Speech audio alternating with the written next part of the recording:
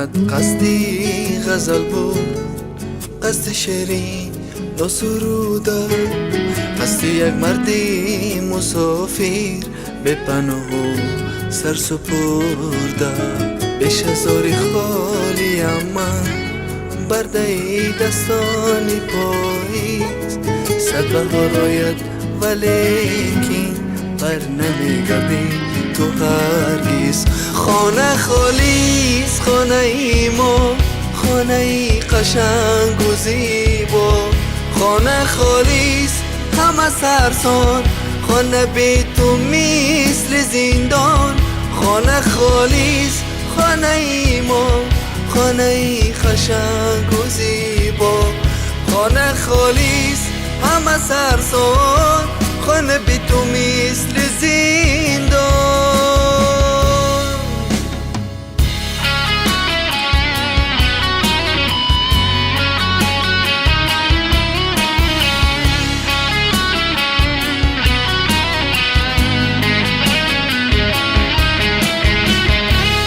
پشت سر افسانه گل، پیش ره باغی خزان پوش، یا که من باید بمیرم تا تو را سازم فراموش.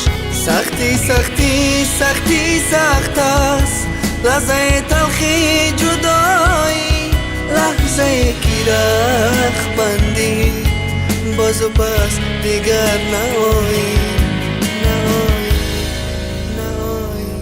خانه خالیست خانه ای ما، خانه ای قشنگ و زیبا، خانه خالیست همه سرسان، خانه بی تو مثل زندان.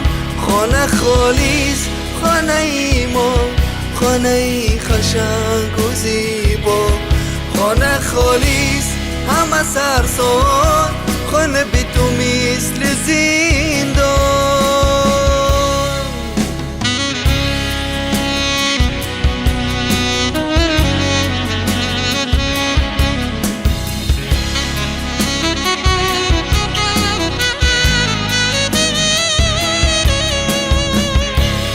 رفتنت قصدی غزل بود، قصد شیرین و سروده، قصد یک مردی مسافر به پناه و سر سپرده.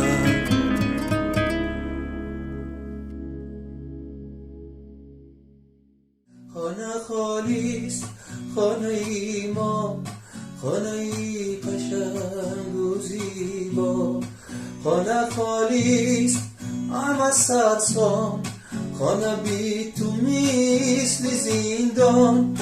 خانه خالیست همه سرسان، خانه بی تو مثل زندان.